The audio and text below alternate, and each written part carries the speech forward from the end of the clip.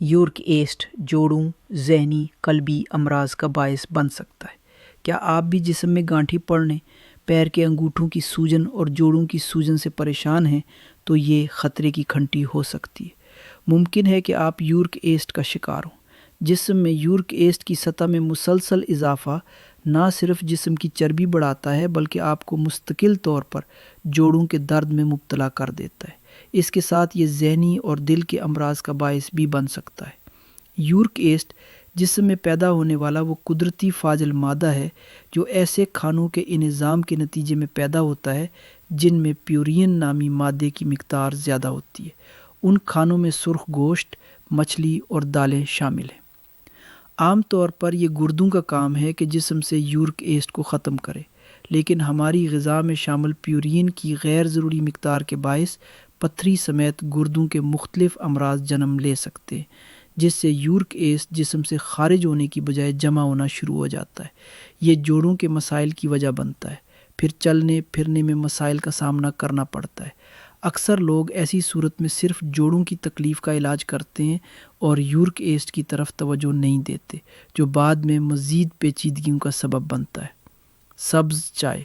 سبز چائے وزن کم کرنے کے ساتھ یورک ایسڈ کو بھی کم کرتی ہے۔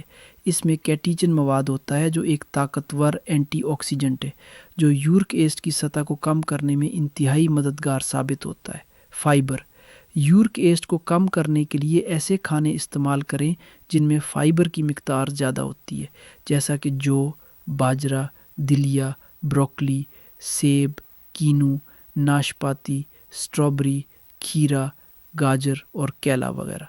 یہ غذائی اجزاء یورک ایسڈ کو جذب کرنے اور اسے جسم سے خارج کرنے میں 100% مؤثر ہے، انتہائی فائدہ مند ثابت ہوتے ہیں۔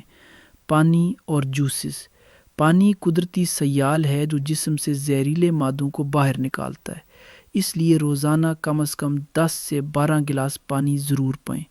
یورک ایسڈ کم کرنے میں جوسز بھی فائدہ مند ہوتے ہیں کیونکہ یہ جسم سے یورک ایسڈ کو اخراج کے ذریعے نکالنے میں مدد کرتے ہیں، لیکن ان کا صحیح انتخاب کرنا بہت ضروری ہے۔